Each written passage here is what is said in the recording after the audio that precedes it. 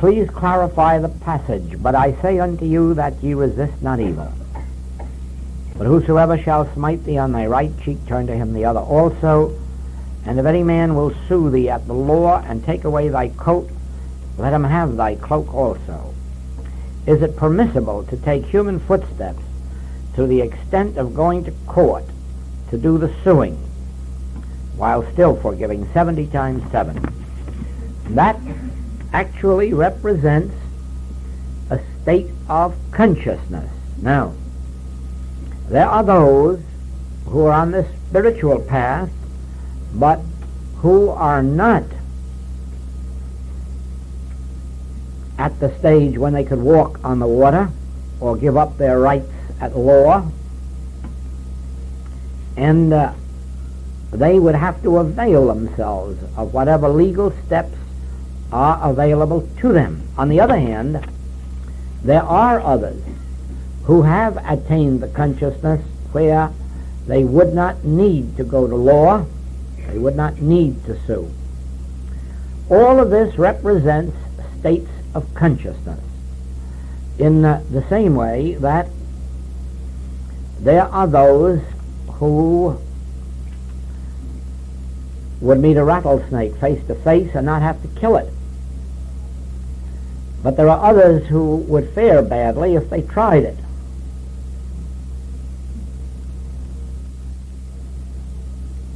There are those who are in the state of consciousness where they can call on patients with communicable diseases and suffer no ill effects. There are others not yet at that state of consciousness, and it wouldn't be wise for them to do it. In other words, the question that you have to ask yourself always is, to what extent can I walk on water? In other words, what is my state of consciousness? And as a rule, if you have to ask yourself the question, you're not ready for the demonstration. In other words, when you're ready for a demonstration, there's no question in your mind, and you go ahead. That means, you see, that there's not one rule for everybody. We are states and stages of consciousness. Please explain what you meant by your statement in the Wisdoms of the Infinite Way, I die hard. If you ever try to die, you will know what I mean.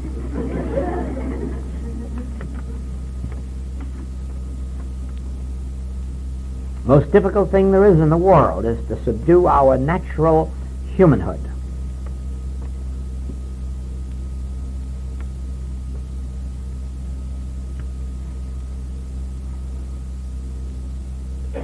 Is it right in desiring a spiritual way of life because one has found dissatisfaction, frustrations, and a sense of incompleteness in a material sense of living?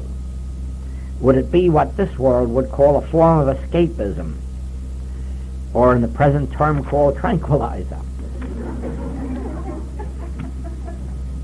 Well, I found it a very good excuse for following the spiritual path. With all the dissatisfaction in both the good and the bad things of human life, I look for another way. And I'm not complaining a bit. I know that there were many in those early days who believed that I was just looking for a way out, an escape, a tranquilizer. Many people believe that religion is only a tranquilizer. And I guess a good deal of religion is, but not true religion. To seek God, to seek the spiritual path, is never a tranquilizer. It's to look for a way out of the wrong way of life. Since God is the only power and presence, how and why did the carnal or mortal mind appear?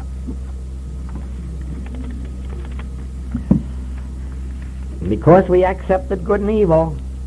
Why we did that, heaven will only know. We fell for the tempter. Where did the tempter come from? Is a creation of our own mind. Where did we get a mind that could make a creator if our mind is God? Etc., etc. And he said in I Am the King, it's a puzzlement.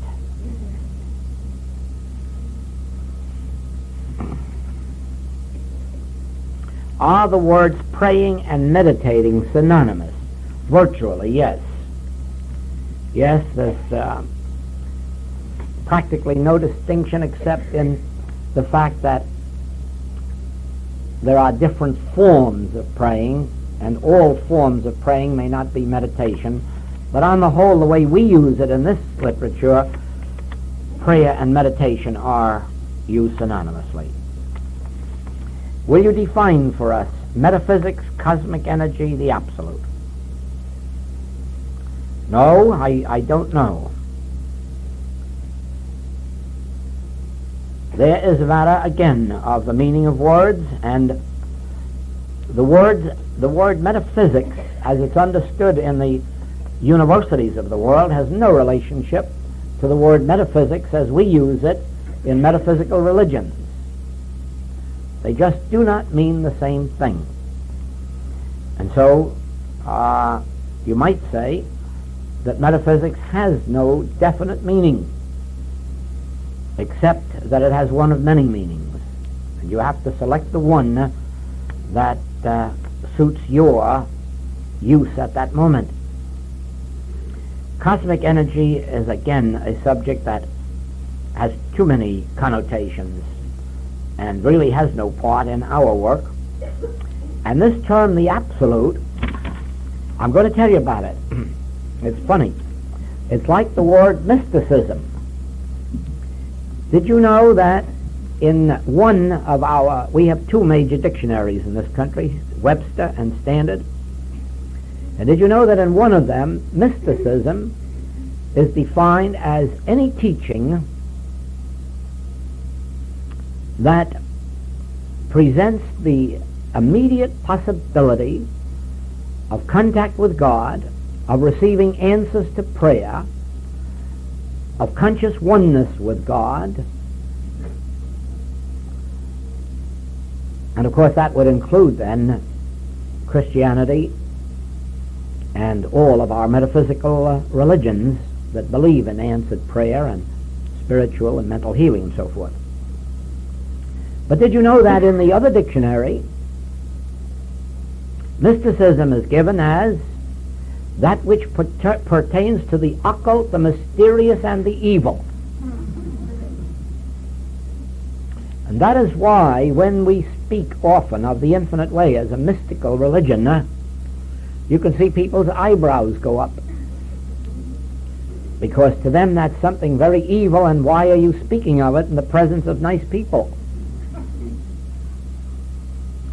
And you can't blame them. There are your two fine dictionaries, and they are absolutely contrary to each other. Well, so is this word absolute in the metaphysical sense. There is a metaphysical absolute teaching, and it's called the absolute, which is 100% mental suggestion, mental laws, mental application, mental powers. And then there is another absolute teaching which is horrified even at the thought of using words or thoughts or being anything mental or even allowing that there is such a thing as a mental. So the question is, which are you talking about? What do you mean by absolute? And if you're speaking of it in metaphysics, there is no such thing, because it's anything between absolute nonsense and absolute God. Now, in the infinite way, I have asked our students repeatedly never to refer to the infinite way as an absolute teaching. There's one thing I would hate to have it identified with. It is an absolute teaching, either from the mental standpoint or the other, because in truth it is not an absolute teaching. It's not one of those absolute teachings, and it is not what I would call the absolute teaching. What I would call the absolute teaching is the work of the infinite way with those of its students with whom we don't have to talk. In other words, where there are no words or thoughts, where we sit down together in the silence and nobody says anything, and yet there is an impartation of truth. That's what takes place in our meditation work. That is the absolute. But the teaching as a whole isn't that, because we do use words and thoughts, we do use treatments, we do use contemplation of ideas. That can't be absolute. The only thing that can be absolute is, and the Master only attained the absolute in one place in the New Testament.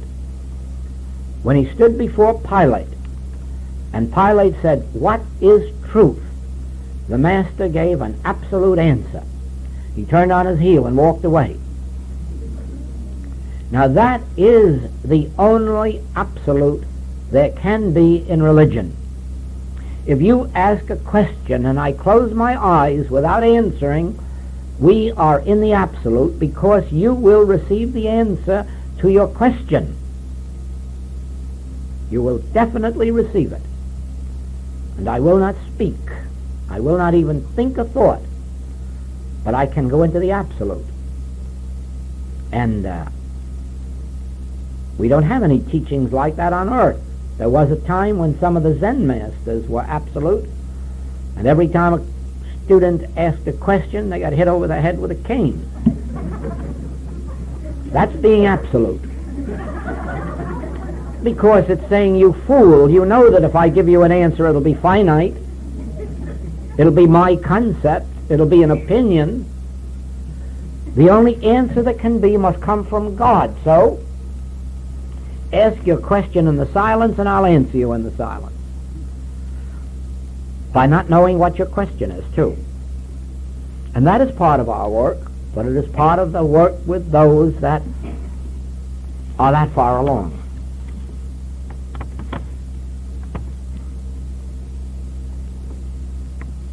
By quoting a saying, "One man's meat is another man's poison," I am expressing a point of personal conflict which I am unable to resolve. In other words, how shall I know that which is from that which is carnal mind or the arm of flesh? And there's only one answer to that. As long as it's a question, it's not of God. When it's of God, there are no questions. Nobody has ever questioned an impartation from God. It is so unmistakable. Do you believe that highly evolved souls, such as masters of the inner worlds, can and do act as intermediaries between us and God? Well, it was all right up to that last line. Not between us and God, no. They act as intermediaries. In other words, their consciousness of truth is imparted to us. They're not acting in between any more than a teacher up here is acting between God and you. Nobody comes between God and you at any time, and nobody is an intermediary. They may be an instrument, but it's an instrument that God uses to reach you directly, not an intermediary, an instrument. Please explain, before Abraham was, I am. The same as saying before God was, I am. In other words, I am is first, last, and always. I was never born, and I will never die. I coexist with God. All that God is, I am. And that's referring to I. It's referring to the I that I am.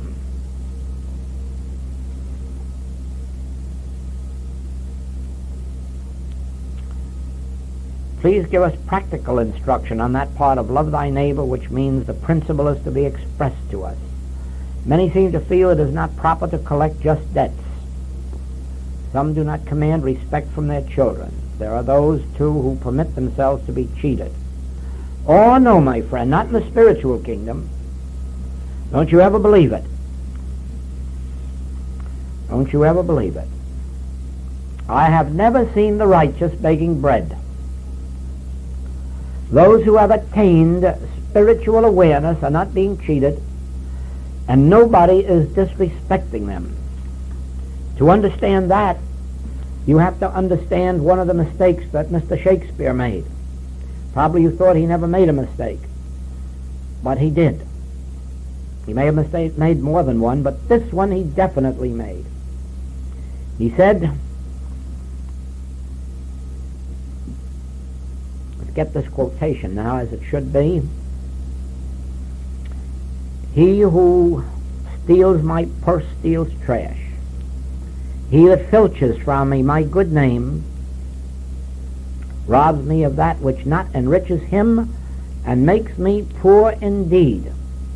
That's not a bad memory. Well, Mr. Shakespeare was all wrong. Nobody can rob me of anything which makes me poor indeed. Nobody can rob me of my good name except me. I may do something that will rob me of my good name, but nobody else will. They may temporarily rob me of your good opinion, but then your good opinion wasn't worth anything if it could be robbed without your having some definite proof. So it wasn't worth much, and so I wasn't robbed of much. I alone govern and control my good name, and I do that by my conduct. And as long as that conduct is what it should be, nobody can rob me of my good name. The whole world may slander and the whole world may talk about it, but it does not touch me. If you want to know who it robs them. It robs them of my friendship. And then my friendship is valuable if I am maintaining my own integrity. Any man's friendship is who's maintaining his integrity. And they're robbing themselves of that, but they are not robbing me. I have witnessed that in my own lifetime.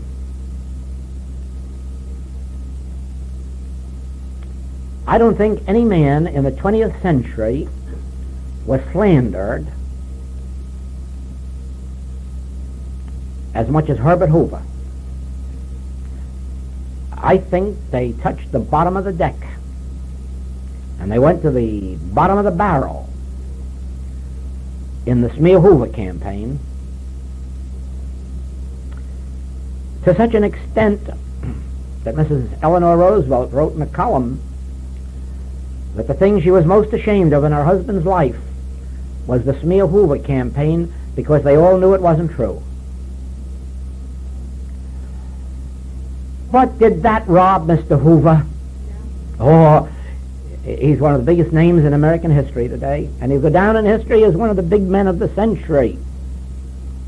Nobody robbed him of his good name. Nobody deprived him of anything. Few years misunderstanding by some of the public who unthinkingly believe anything they read in the paper. Well, their opinion wasn't worth anything to begin with, if it can be swayed by a little newspaper article or 100 of them. We're supposed to be men and women in the United States who have the freedom of the press and the opportunity to know what we're doing and know what we're thinking and who we're thinking about, and to have the facts. And therefore anybody who jumps at rumors and scandals without knowing the facts, their opinion isn't worth having. So the fellow who loses it hasn't lost anything. And what I like to teach in this work is individual integrity, individual identity, individuality. And we have it. And we can maintain it because God constitutes our being. And anyone who says less than that is slandering us. But they're not hurting us. Don't ever believe they're hurting us. They're hurting themselves by not knowing our true identity. Now, probably every one of us in this room at some time or other, or most of us, or many of us, have been the butt of scandal of some kind, or rumors of one sort or another. I found out in my life that those who know me know the truth, and the others it makes no difference. And I'm sure that everybody else has found the same thing. Those who know them know the truth. And the others, it makes no difference. Let us not be concerned with anybody cheating us. They can't. They couldn't cheat us if they robbed us of every cent we had in the world, because there's more than that to be made tomorrow again. In my day, I witnessed men jumping out of windows because they were broke. I suppose they had an idea that was all the money there was in the world. Those that didn't jump out the window came back again, because the same intelligence that got it for them in the first place would get it for them in the second place. The Depression didn't hurt anybody except temporarily, except the weaklings. It made a man out of a lot of people, and it made women out of a lot of people, because it put them face to face with the fact that you can't expect the outside world to make you a demonstration. You've got to do something about it yourself. And so it is, as we in the Infinite Way learn the individual nature of our own being and the meaning of integrity, we'll find it has a meaning that the dictionary never thought of. And it means that we have something of which we cannot be robbed. All that can happen is that others can rob themselves. Shall I tell you another beautiful story? Well, I'll tell you about Nicodemus and Sapphira. They robbed God. After the crucifixion, the disciples formed a little communal society.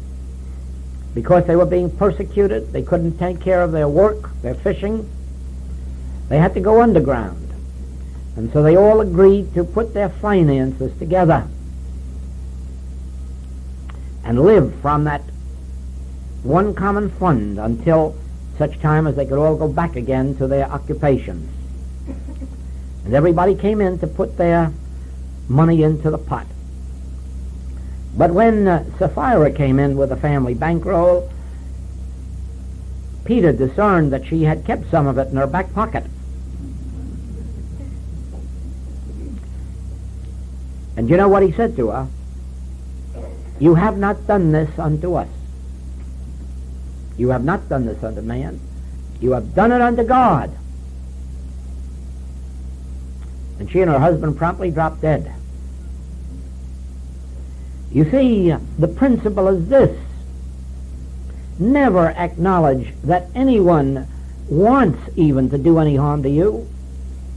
What they're aiming at when they're aiming at you is truth. They're aiming at integrity. They're aiming at God. They're aiming at the Christ. It's for the destruction of the Christ, not of you.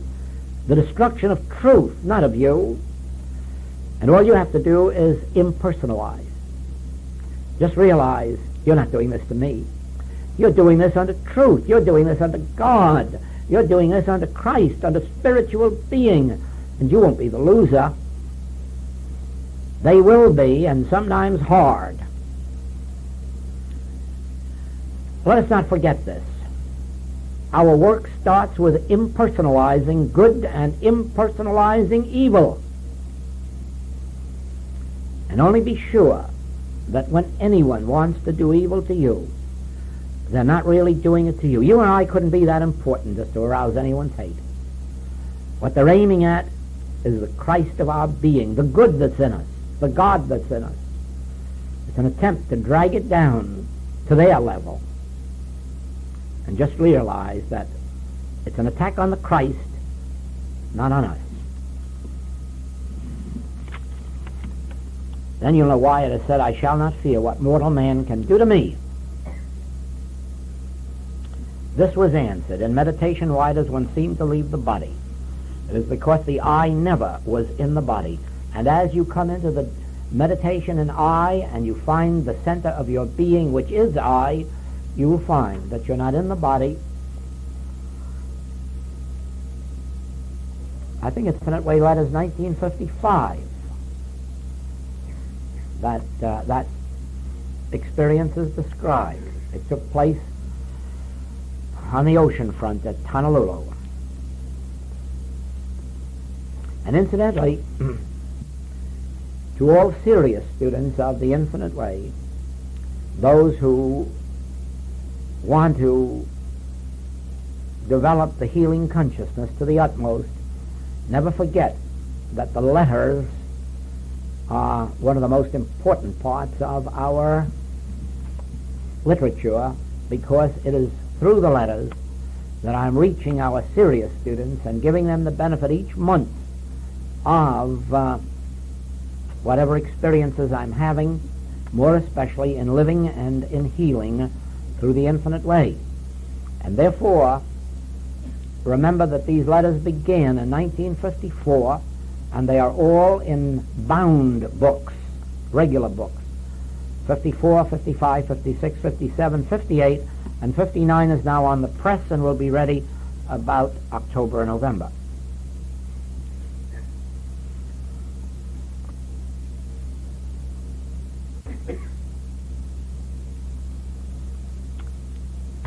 You explained that treatment for a mongoloid child might extend to 1, 2, 3, 4 years, and that parents can be taught to do this. Does that apply to other conditions for which research to this point has not found a satisfactory answer? Yes, indeed, that applies to anything, any condition at all, for which there is no human solution. There is a spiritual solution. But some of these we have to work awfully hard to bring to the surface. I will be satisfied with beholding thy face. Please relate this to the quickening of our spiritual center, the illumination experience. Well, you've done it yourself. It does relate to the quickening, that realization of the Spirit and the activity of the Spirit within us, and sometimes, or in fact always, brings some measure of illumination. What is meant by shall not come nigh thy dwelling? Means shall not come into thy experience.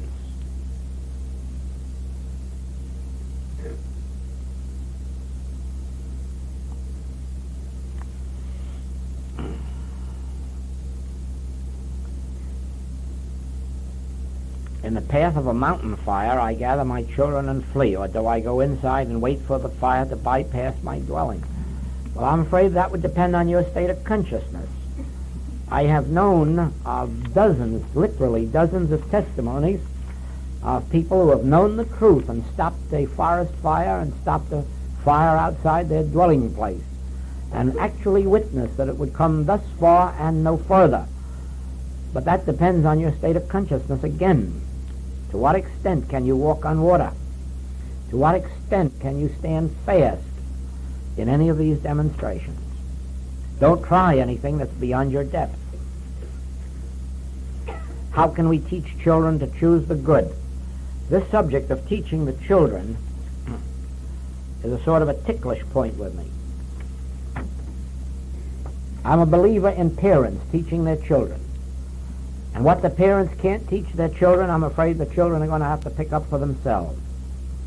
But certainly the parents are the best source of instruction. And children don't have to be taught with words or thoughts. Children know the nature and character of their parents, and they take on that complexion. And children can't be fooled.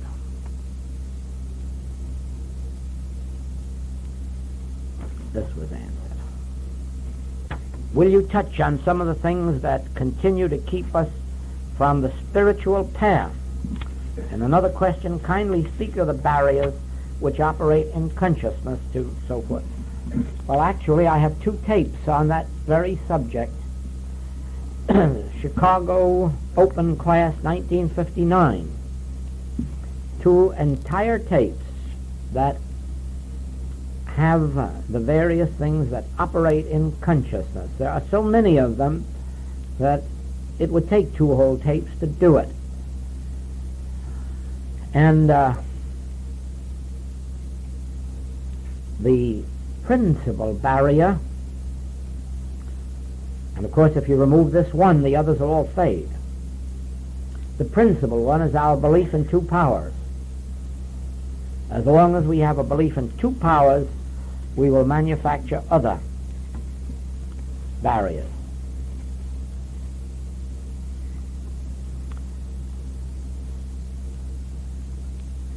This concerns the appearance of death. And I've said before that there is no death. For I will never leave you nor forsake you. Close your eyes. Close your eyes. And say to yourself softly and gently, I. Before Abraham was, I existed. I am. I will be with you unto the end of the world. I will never leave you nor forsake you.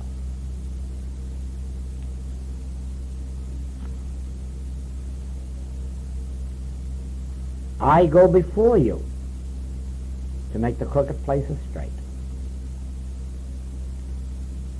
I go before you to prepare a place for you. Do you not see that that I is the I that you have just declared? It isn't an I up on a sky, in a sky. It isn't an I of some holy man or woman. That I is in the midst of you, closer than breathing, nearer than hands and feet. I, in the midst of thee, am mighty. That I that you have just declared. I am the bread, the wine, and the water. I am the resurrection. I am life eternal. I will never leave thee nor forsake thee. I will always be with thee. Now, grow accustomed to the idea that this I within you is your supply, and it is the source of your health, and it is the source of your human relationships, the cement of your human relationships. This I that is within you actually does go before you to make the crooked places straight. You don't have to send any thoughts out ahead of you. You don't have to give thoughts to a person. You don't have to send good thoughts to anyone. You have to abide in the inner sanctuary of your being and realize, thank you, Father, all that thou hast is mine, and all that thou art I am, for I, this I in the midst of me, is one with thee. This I in the midst of me is the son of thee, the heir of thee, the joint heir with thee. This I within me is my true identity. I do not have to struggle or strive. Now listen to this next one, it'll shock you. Be still and know that I is God. I, closer to you than breathing. I that you just declared. I. You don't have to instruct it. You don't have to ask it for anything. Your heavenly Father knoweth that you have need of these things. It is his good pleasure to give you the kingdom. Whose good pleasure? The I at the center of your being. If you go up to heaven, I will go with you. Try to get away from I. If you go down to hell, I will be there with you. You can't get away from I. You take me with you wherever you go. Many people take a trip around the world to get away from the I that they are. They can't do it. It goes right with them. You can't get away from yourself, and that self is you. I in the midst of thee will never leave thee nor forsake thee. And if you will recognize that I in the midst of you is God, you won't have to do mental work. You won't have to send out thoughts. You won't have to overcome anything. You just say, be still. Jesus, in the midst of a storm, do you know what he said? Peace, be still. It is I. Be not afraid. It is I. Peace, be still. He's saying that from the I of his being. Peace, be still. I say unto thee, peace, be still. I go before me to prepare a place for me. I go before me to make the crooked places straight. I go before me to prepare a mansion. But I don't have to tell I to do it. I only have to know that, be still, I am God. Be still and know, I am God. I in the midst of it, not I on a mountain, not I on a cloud, not I 2,000 years ago. The I that goes with me if I mount up to heaven, the I that goes with me if I go to hell, the I that goes with me if I walk through the valley of the shadow of death, this I is God. And I only have to be still. Be still and know, I am God. I am the presence that goes before me. I am the invisible part of me. No one has ever seen I. I is the invisible part of me, and it is not localized. It is here where I am, but it is there where I'm going, and it is also there where I was. For it fills all space where I is God.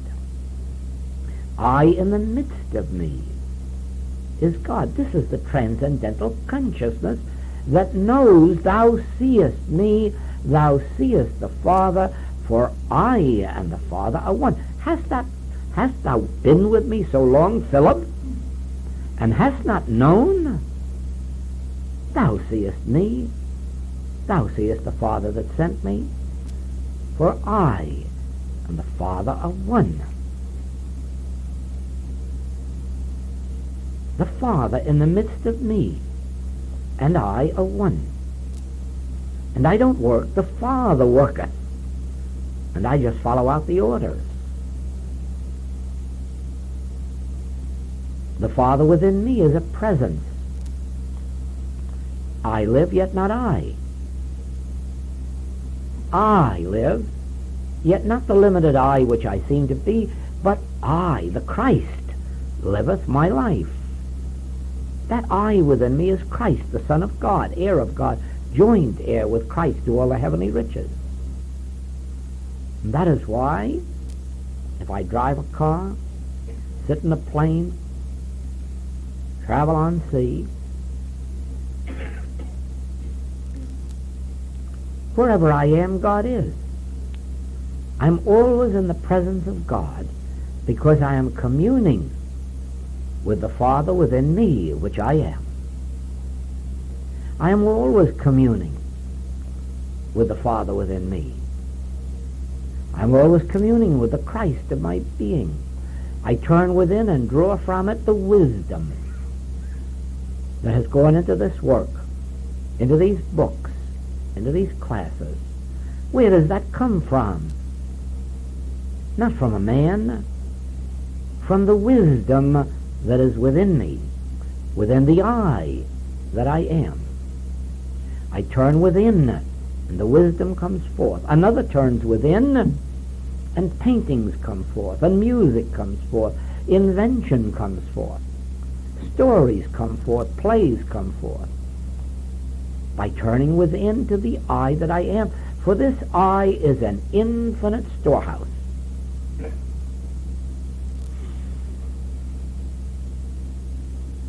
And from it I draw spiritual wisdom, spiritual strength, spiritual nourishment. The disciples say to the Master, "Shall we go to the city and bring thee meat?"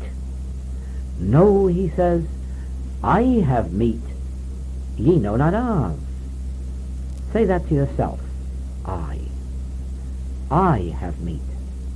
This I within me has meat that the human me knows nothing about.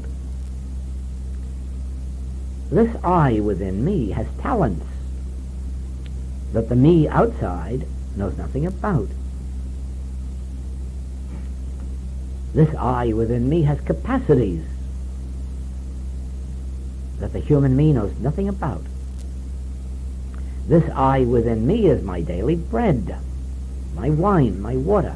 It is the power of resurrection unto my body. I don't have to pray for it. I have to be still and know that I within me is God. I within me is the infinite storehouse of my life. From this I within me emanates all of which I have need. And it may appear as a class today and a publisher tomorrow. It may appear as health today. What it appears as is not my concern. It is God appearing, and it can only appear through my conscious meditation upon the I that I am. It is my conscious oneness with God. It is not my oneness with God. It is my conscious oneness with God. It is my consciousness of my oneness with God. It is my consciousness of the divine presence within me. It isn't the presence within me. Everyone has the presence within them. Even the fellow on the gallows has a presence within him, and it's the presence of God. But he's on the gallows because he doesn't know it. He isn't consciously aware of the presence of God within him, because then he'd know that in thy presence is liberty, freedom, justice, equity, mercy, benevolence. Where I recognize God, there is where I find God. It is in my conscious union with God that I find my allness. I of my own self am nothing, but my oneness with God makes all that God is and all that God has mine. Son, thou art ever with me, and all that I have is thine. But you must say I. You must say it gently, softly. You must say it secretly and sacredly. You must never tell it to another. You must never leave here and tell it to another, except in the same sacred circumstance. That is why you will never want to impart it to just anybody that comes to you for help. You will never want to impart it to your lecture audiences. You will only impart it to those whom you know can receive it sacredly and secretly, and who will not get all blown up egotistically, who will really know that this is the most humbling truth there is. I of my own self am nothing.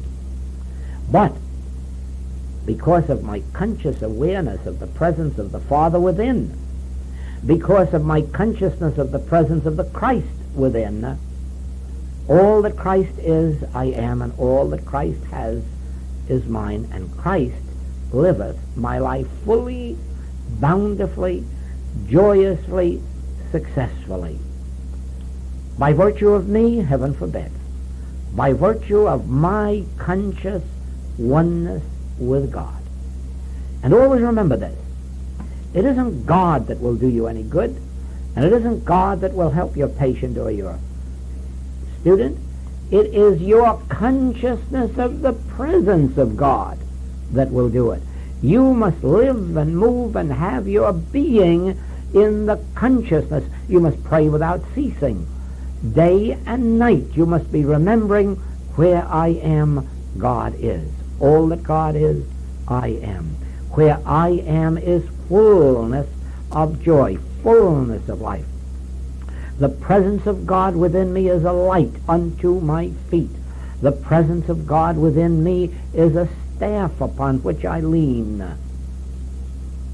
My conscious oneness with God constitutes my oneness with all those I can serve and all those who can be a part of my experience. The consciousness of the presence of God. That is why most prayers are not answered. People are praying to a far-off God, and they aren't praying to God.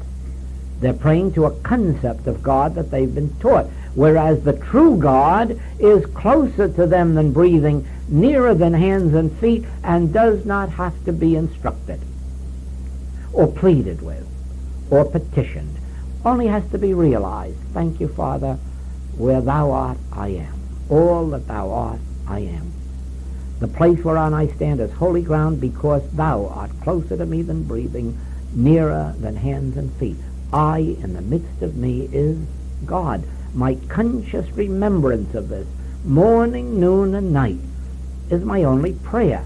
It is only the only prayer I need to know. Thou wilt keep him in perfect peace, whose mind is stayed on thee. Lean not unto thine own understanding. Acknowledge him in all thy ways. Acknowledge God in the midst of you. Acknowledge that I, in the midst of you, am mighty.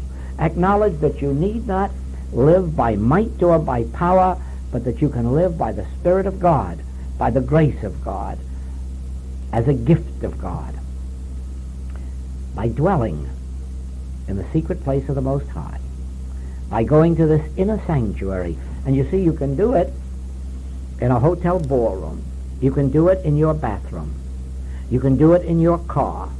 You can do it in church or temple or synagogue.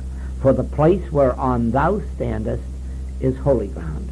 And it can be walking in the city or walking in the country. Where I am, thou art. As long as you are dwelling in the realization of the truth that God is closer to you than breathing and nearer than hands and feet, and that you do not have to petition or ask or tell, you need only be still and know. Be still and know. I, in the midst of thee, am God. I. That magic word, I. It was the secret word of Moses. The word that never was permitted to be told to the Hebrew people. They were never allowed to know the name of God. They were given substitute names like Jehovah. But they never were allowed to know the name of God. Only the high priests were allowed to know that, and they were never allowed to voice it unless they were in the inner sanctuary where the Ark of the Covenant.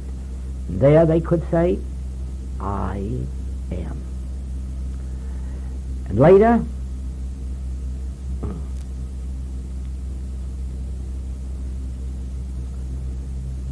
King Solomon built the great holy temple, and he told the workers that when they were ready and worthy, he would tell them the name of God. And if they knew it, they could travel in far places and receive a master's wages, always a master's wages. And the secret word was, I am. I am was the secret word of, that's what made him Solomon the wise. Nobody's wise, really, except those who know the name of God. The only ones who know the name of God are those who receive it sacredly and secretly from those to whom it has been entrusted. And so throughout all times there have been mystics. Mystics to whom this secret name has been imparted, who received it in the silence, who received it sacredly, and who vowed that they never would impart it except sacredly and secretly to those who are reaching out to know God aright. For to know God aright is life eternal. And to know God aright is to be still and know that I am He. I in the midst of me.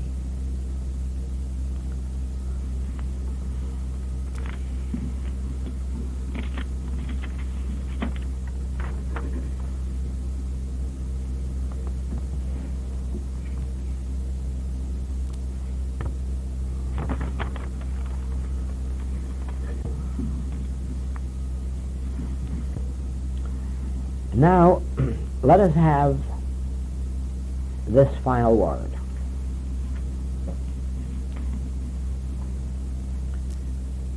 We've had a most beautiful class, a most magnificent experience for me, and from many of you who have expressed yourselves and have written me. I know that you too have had a tremendous experience. And I would not end this experience without telling you this, that probably all of your problems, certainly the major ones, can be made to disappear from your experience, not by might, nor by power, not by learning a lot of more truth, but by learning to be still, by learning to trust that presence which is within you. Trust it without even telling it anything. Trust it without asking it for anything. Trust it to be the all-knowing mind. Here you will see a new idea of faith, when you can close your eyes and realize, I have no needs of words or of thoughts. That which is really and truly God is already within me. That which is really and truly God knoweth my needs. And it is His good pleasure to give me the kingdom. And I will learn to live my life in quietness, in peacefulness, in joy. Not striving to make things happen, but being at peace so that they may let themselves happen in my experience by the grace of God. To this end, you will find great help in the occasional reading of passages from the Art of Meditation, practicing the presence, just as you will learn specific principles of healing in the Art of Spiritual Healing and in all of the letters. But the main thing to get is that inner peace. Above knowledge it is, far above knowledge. That inner peace that comes with the assurance that I in the midst of you is God. And then live all day and all night in that assurance. And I is invisible, and it's always going before me, it's always walking beside me, and live in that. Morning, noon, and night, live in that. I. Be careful not to speak it, because speaking it to the unprepared thought is like having it thrown right back in your face. It's like throwing a rubber ball against a wall. Watch out, it'll come back and hit you. Keep your secret a secret, and keep it sacred. When you find an individual ready and worthy, that's different. When people have come together as you have come here, not brought together by advertising or human emotion, not brought together by proselyting, but of your own free will and accord. And you've come together for 6 nights, 7, 8, or 9 nights, faithfully. Don't you see that? To me, that is the evidence of the earnestness of your desire. To me, that is the witness of your desire to know God aright. And therefore, with that, I have the consent, I have the right to impart this to you and say to you, be still. Always be still, day and night. And if you can't think of any truth, be glad of it. Rejoice if you can't think of any truth, and just be still and know, I in the midst of me is God. That's why the name of this class is Transcendental Consciousness. And thank you.